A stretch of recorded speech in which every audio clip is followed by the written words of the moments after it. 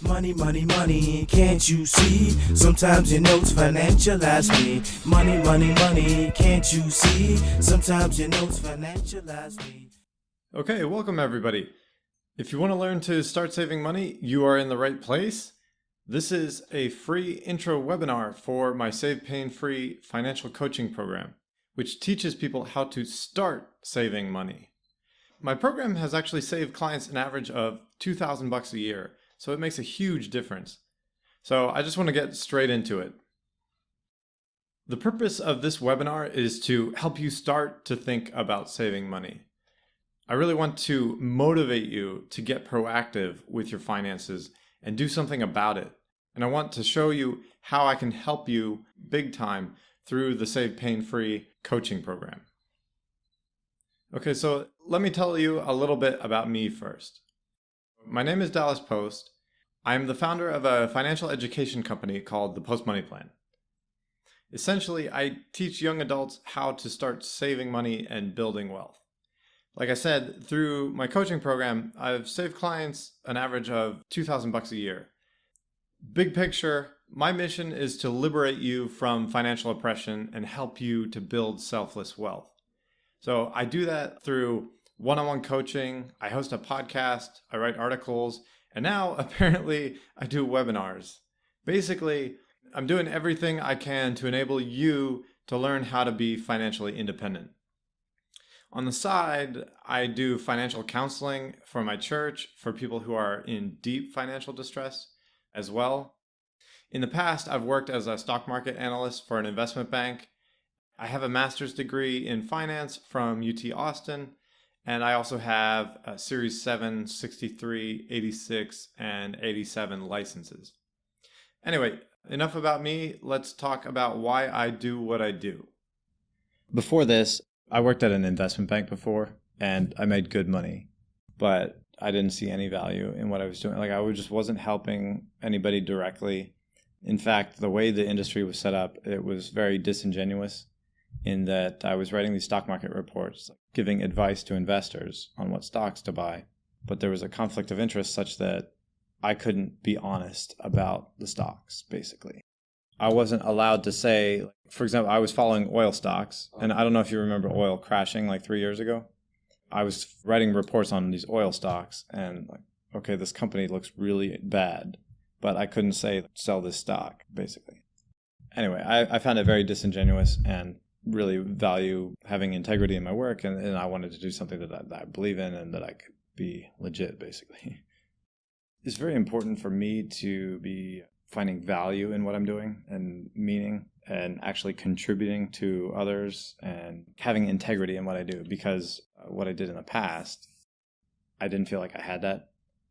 Just because if I'm making money, but if I don't feel like I'm actually doing something of meaning and having integrity while I do it, then I don't have the motivation to keep going. And I'll tell you that just with respect to entrepreneurship and not just specific to finances. You need to find something that you're actually motivated and is going to drive you in a passion. Because if you think about basketball players or whoever, someone could have tons of skill, but if they don't care, they're not going to keep at it. They're not going to practice and keep going when it gets tough. You can have plenty of people who are super smart. They have the capacity to do whatever. But the thing is, if they have no motivation and they don't care at all, then they're not going to keep going when it gets tough. So whatever ideas you end up going with, you want to really orient towards things that you actually care about, something that for whatever reason you have a passion for that.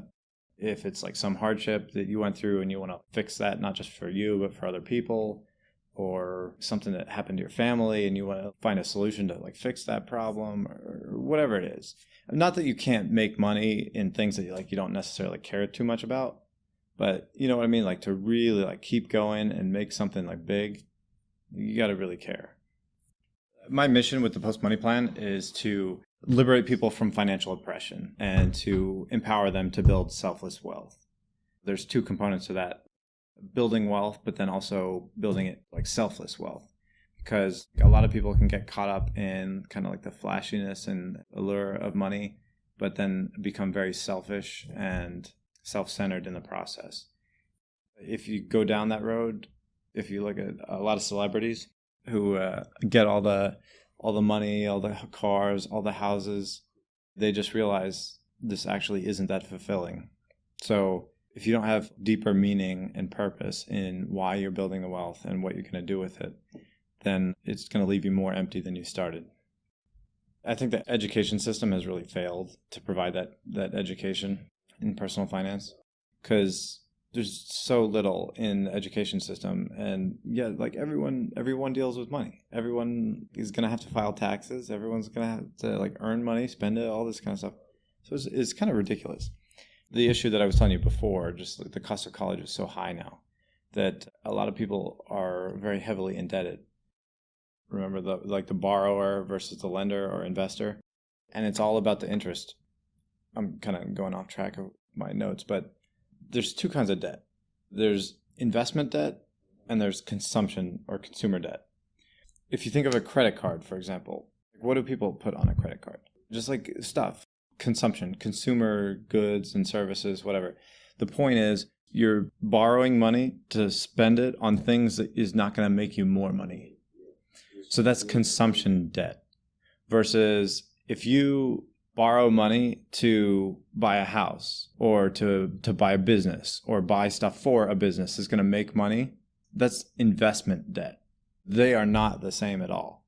You don't have to be afraid of all debt, but debt that's not going to make you more money, because it actually takes away from how much you'll have in the long run. Because what people don't realize a lot of times is people see a credit card and think, oh, okay, like $2,000 credit limit. Like that means I have $2,000 for free. No, it's not that at all. Not only is it not free money, you have to pay that. Like let's say you put $2,000 on it and then you don't pay the interest and you accrue 10% interest, which is probably more like 15. But then not only do you have to pay back the $2,000, but you have to pay $200 back on top of that. So now instead of having as much as you would have had if you never spent it, you have $200 less. The borrowing actually makes you have less money, not more. That's kind of the trap that a lot of people get stuck with. Now, my personal focus is with people 25 to 35. The reason for that is more so because a lot of middle-class kids that are very spoiled don't start to care about money until after they get out of college and then realize the value of money. It sounds like you're already motivated. See, a lot of people, maybe they're in college or after college, and even if they've realized the value of money, like they're not, whatever, like I'll just pay my bills and like if I can barely get by kind of thing. Just to explain a little bit more why talking about like single adults, like 25 to 35 is my big focus. You have a long career ahead when you're still young. So there's a lot of potential, a lot of time based on that compound interest principle. So you have plenty of time to get the ship going in the right way versus like people who go to college and get heavily indebted and then are just paying bills like month to month and barely scraping by. Then they're just accruing debt. And then they wake up when they're like 45, 50 and like, oh man, I want to retire, but it's way late. The thing is, college costs so much now compared to what it cost a couple decades ago. My parents were fortunate enough to go to college, but it was so cheap back then that my dad was working like 2 or 3 jobs. I mean, he had to work hard, but he was able to pay it off where they like paid off college within like a year or two of finishing school, which is almost nobody can do that anymore. The point is people are at such higher risk of financial ruin nowadays because of all the debt that people are holding on to. And the big thing with debt is interest. Paying interest on a credit card, on student loans, on all those things. That's the big crux between if you're paying interest as a borrower or if you're making interest as a lender or an investor. So you like what you want to do is you want to move from being a borrower to an investor. That's the big thing. You're either having money work against you or money's working for you. If you've ever heard of financial advisors, typically what they do is they manage people's investments for them and financial planning of retirement planning and that kind of stuff. The thing is, how they make money is they usually take a percentage of your assets, like everything that you have. So if you say, like if someone has $50,000 invested, each year they're taking 1% of that. The thing is, financial advisors, they're not going to pay attention to anybody that's worth less than $50,000 because it's not worth their time kind of thing. So I'm helping these people because no one else is paying attention to them. So I help get you to start building that wealth and get going. So supercharge that. Basically, it's all about financial education. My big thing is empowering people. So like I said, a financial advisor, they're managing people's finances, but they're dependent on them because they don't teach much. My big thing is education. I'm providing information, knowledge. Like you check out my stuff, whether on YouTube or you go to my website, I have articles and podcasts. And anyway, with respect to retirement, I personally don't believe in saving just to retire. I believe in you should be working in something that you believe in, something that you enjoy, that you're passionate about, something that you're not going to want to just desperately retire as soon as you can. And if you're doing something that you love, why would you want to retire? You potentially have that opportunity as an entrepreneur to build something that you do love and you're passionate about. But the way people used to think was they would go through school, they wouldn't have much debt, then they'd work for a company and stay there forever. They'd build up a pension. Companies used to offer these pension plans where they would save up money for you for when you get to retirement, and they'd be paying you extra in retirement. And not only that, then the government would, when you get to retirement, would be paying you Social Security. So people would be getting pension money and Social Security money, and they could just retire when they were 60, 65, and then just do nothing. But it's not going to work that way for us. And I don't know if you know this, but Social Security, the way it's funded, they're running a deficit, so they're running out of money. What they've been able to pay in the past, they're not going to be able to pay in the future. We don't know what that's going to look like 30 years from now, but it's not something that you can count on the same way that people have in the past. So that means like you need to do it yourself. And the earlier the better. So like you're in a good position. What I do with my coaching program is basically teach the philosophy, knowledge, strategy, and accountability with saving. Building that infrastructure on the front end of your money mindset really gets you going in the right orientation. The cool thing is it applies to like really like anybody and like wherever you're at, just like building that philosophy, thinking about money in a healthy way. That's one piece of it. The knowledge piece of it is another. Does that make sense? Like the difference between how you think about it, the philosophy, and the knowledge of actually just like facts of like knowing things about money. There's two different things. But then having strategy in terms of getting to your financial goals is another thing. A lot of people can say they want to save money and be rich or whatever. But that's very intangible. It's very like pie in the sky. Until you start to get specific about what exactly you're trying to accomplish, it's very hard to reach a goal that you don't know what the goal is. So if you were to say, I want to save $1,000 so I can buy a camera, so I can start filming video clips, then you can say, okay, if I save $100 a month, it's going to take me 10 months to save that money for the camera. And if I do A, B, and C, that'll help me to save that $100 each month. So you're getting very specific about how exactly you're going to get to this and this and this, which is going to make that happen. You actually have a game plan in place. That's night and day different than like, oh, I want to be rich or like have money.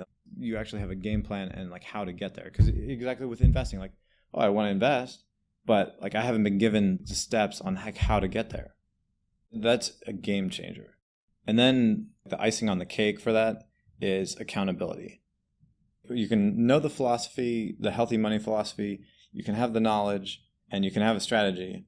But if you don't have accountability, you can fall by the wayside. You maybe get like off track or tempted by something else or distracted or whatever. But just like having 3 levels of accountability. Accountability with yourself by having the goals in the first place. Accountability with a mentor.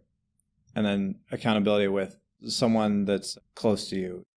So you kind of have like different forms of accountability.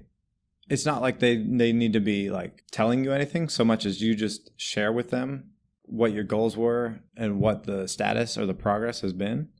And that in and of itself will be like, oh, I'm going to have to tell them if they know I'm supposed to be saving $100 every month and I'm going to check in with them at the end of the month. And if I haven't saved anything, they're going to be like, hey, what's going on? What have you been doing? So you'll be like thinking along the way, all right, like I need to like stay on top of this month or whatever. It makes a huge difference. That's not just a financial concept.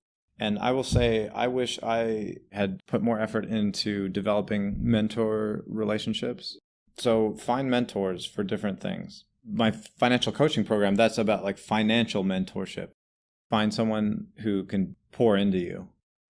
If you think about it, like why are we so much better off and able to progress so fast compared to like people 2,000 years ago?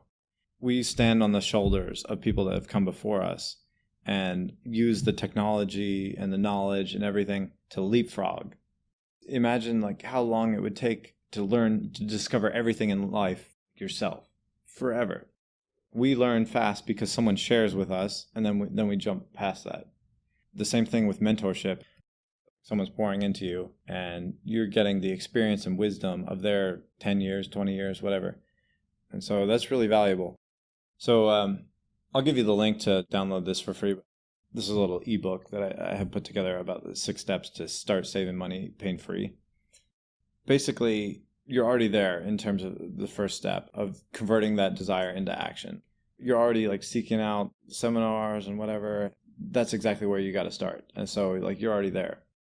Once you truly want it, then you're taking action. Because, you know, there's a lot of people that might talk the talk, but if they're not doing anything about it, then you don't go anywhere and it doesn't mean anything. But as you learn, don't be afraid to say like, I don't know. Ask questions. When I was at my first job, I wasn't necessarily trying to accomplish anything specific, but I was just inquisitive and like asking all around. And it wasn't necessarily specifically within my job responsibilities to know these things. But by asking questions and learning all around, I had a much bigger picture than people around me that like they didn't understand because they were only worried about like, oh, these are my responsibilities and that's it.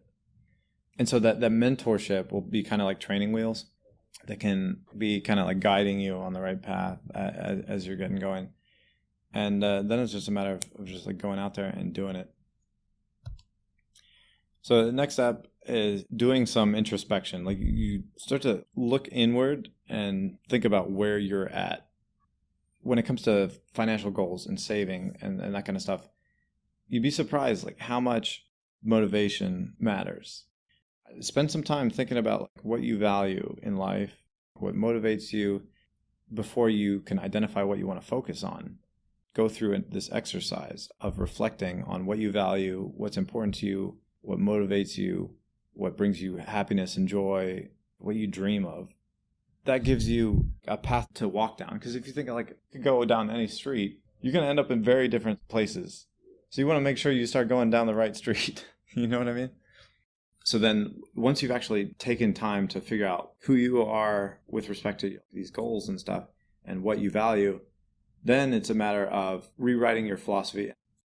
A lot of people will be comparing themselves to others, especially with, if you've ever heard of keeping up with the Joneses. There's this cliche of people living these like nice middle class lives. And they're in this neighborhood, a suburban neighborhood, and they see the family next door.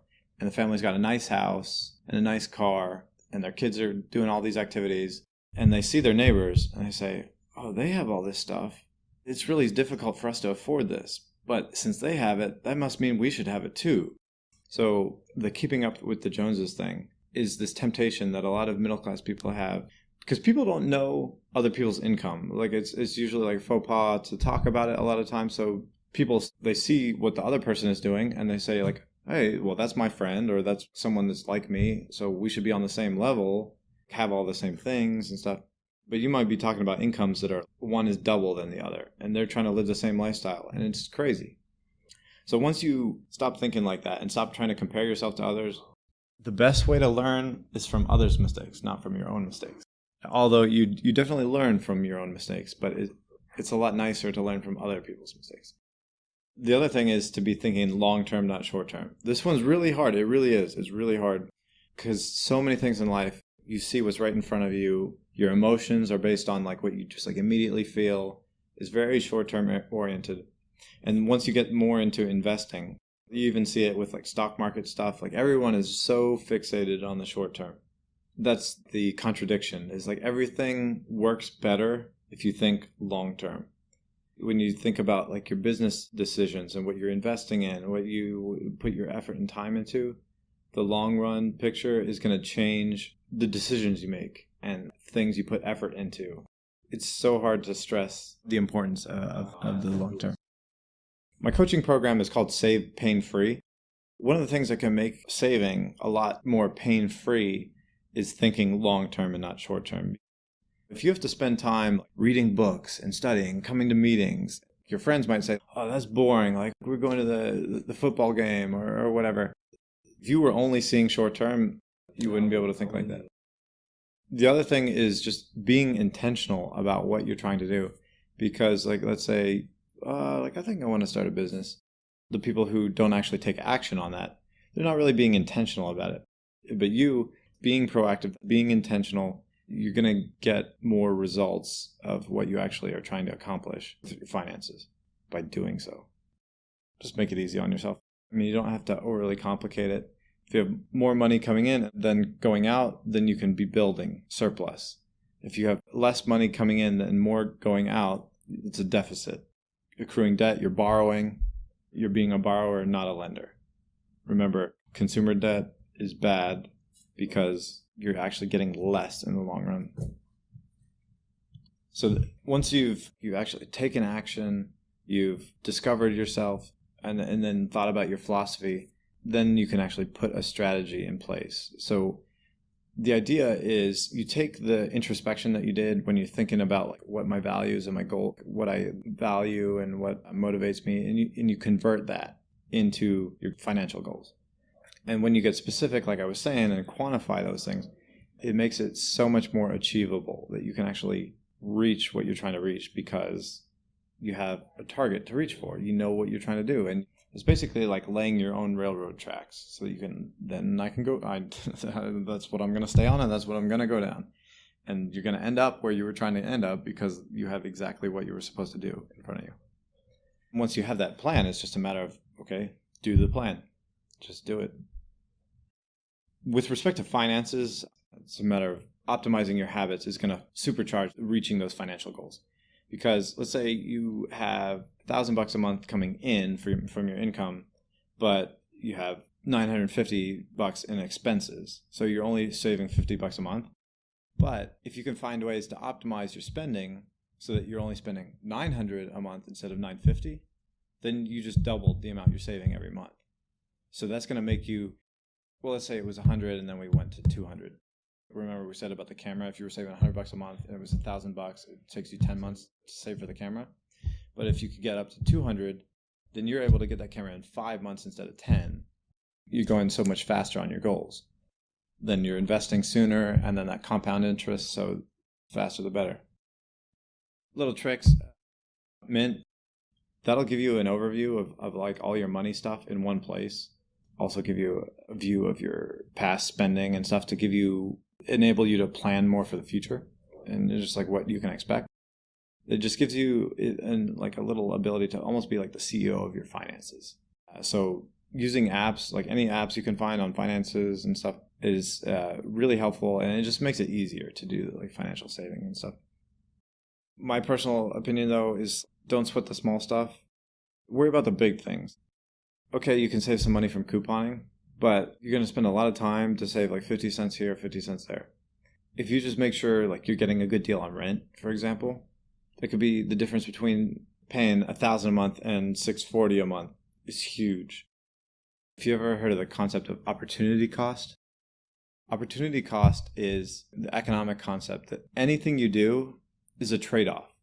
You're always making a choice, and by making a choice, you give up something else.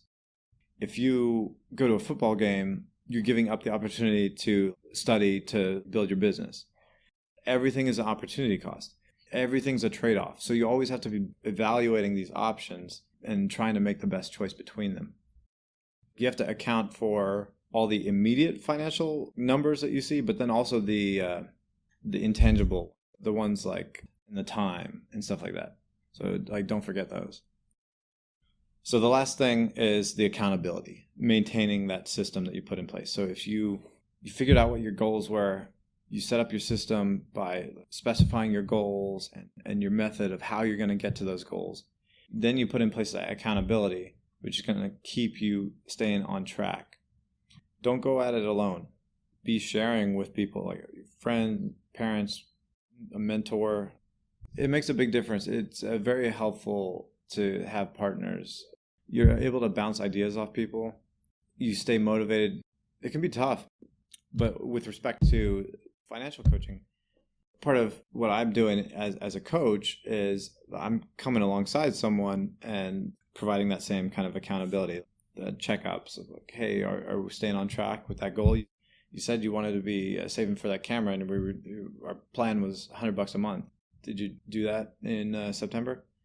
Yeah, I almost made it. I'm going to try a bit harder next month. And okay, cool. Like even that little 30-second conversation can be a huge difference in what you end up following through with. So those are the 6 steps that I've designed for this financial coaching program. It's crazy how much of a difference it makes. So to give you an overview of the Save Pain Free coaching program, it's modeled on these 6 steps. Since the first step is taking action, this isn't part of the program because once you start the program, you've already essentially taken action. So the program is designed as a 5-session one-on-one coaching program. We meet for 5 separate sessions, so it will be you and me, 5 sessions, and you complete a challenge in between each session to help you digest what we discussed and then internalize the material. So I offer session 1 for free so people can get a feel for the program before having to actually commit. So session 1 is all about discovery, which consists of you getting a feel for how the program will work, me making sure you're a suitable client and understanding where you're coming from with respect to money and your financial goals, all that kind of stuff, so that I can know that I can be of great value to you as well. Session 2 is about philosophy. You might think that sounds a little funny with respect to money, but is actually absolutely critical and key. So what this means is talking about healthy money attitudes and principles. This is hands down, the most valuable piece of the program. The wisdom in this session will absolutely rock your financial world and be the gift that keeps on giving, seriously. So this one alone makes the program worth doing. I've had a client tell me how he got stuff out of this that he couldn't even get from Dave Ramsey or anywhere else. Session 3 covers strategy. That means identifying very specific financial goals and then constructing a game plan and methodology to accomplish them. So that's what we're going to do in session 3. This is an absolute game changer for you and your savings. Once you put a plan in place, it becomes so much easier to accomplish something you're shooting for. Then in session 4, we go into optimization. So this means looking for ways to tweak and improve your existing expenses and current spending behavior, and then implement or improve your budget. This is the part of the program where I've been immediately able to save clients $2,000 a year. If you want immediate results, this is where you're going to see it. Now, the long-term results is going to come out of that philosophy, and that's going to be something that you're going to get value from years and years down the road, but the optimization is where you'll see immediate results. Then in session 5, we cover maintenance. So this is all about ensuring that what you've learned sticks and you keep up with it. The best way I know how to make sure something sticks is creating habits and then having accountability. So in the last session, we set up multiple levels of accountability for you so that you'll be able to keep your system going and then reach your financial goals as planned. So that's it. That's the Save Pain Free program. It's such a game changer for people who make a decent income but can't seem to build savings. So if that's you, I highly encourage you to sign up for the Save Pain Free program. It'll make such a big difference in your savings, and I desperately want to help you out. So what you'll want to do to sign up and get started right away is schedule session 1 with me. Session 1 is completely free, so you can get a taste for things and make sure it's exactly what you need. So go over to savepainfree.com/sign up, and you can do that now. So then once we've met for session 1, I'll send you over the first challenge to complete on your own, and then we'll go from there. In terms of what you'll get, the tangible deliverable you'll get out of the program is a personally customized savings plan with a goals timetable, specific and unique to you, your goals, your time schedule, all that customized to you. This plan is going to be invaluable to you, and you'll wish you had it years ago, because it's going to be the night and day difference between how you've struggled to save money in the past and how you'll successfully save money in the future. The other immediate takeaway from the program is just big savings. I'll say it again, I've saved clients an average of $2,000 a year from easy tweaks that haven't required them to give up their lifestyle. So if you could have an extra $2,000 in your pocket without really even changing anything in your life, why wouldn't you want that? Seriously. I know it sounds like a cheesy sales pitch, but it's seriously how it's worked for my clients. And the thing is, I'm confident enough in my ability to make a huge difference in your savings that I offer a money-back guarantee with the program. So if I can't find ways to save you at least $600 a year, you'll get your money back from the program. Lastly, the last thing I want to offer to you is if you complete the program, you'll become eligible for my referral affiliate program. And that means if you know other friends who could use help with money and building savings, for each person you refer into the Save Pain Free program that signs up, you'll receive a $50 Amazon gift card. So that's a $50 Amazon gift card for each person you refer. So you send 10 people, that's $500. That's some pretty effortless money. So you'll be able to get some extra bonus cash there by referring some friends and people you know who need help as well. And that'll be easy for you. So that's it for this info session. I think there were a lot of valuable little nuggets of financial wisdom in here. So go back and listen to this again if you need to. Otherwise, go sign up for your first free session at savepainfree.com/sign up. And I'll talk to you then. Money, money, money, can't you see? Sometimes your notes financialize me. Money, money, money, can't you see? Sometimes your notes financialize me.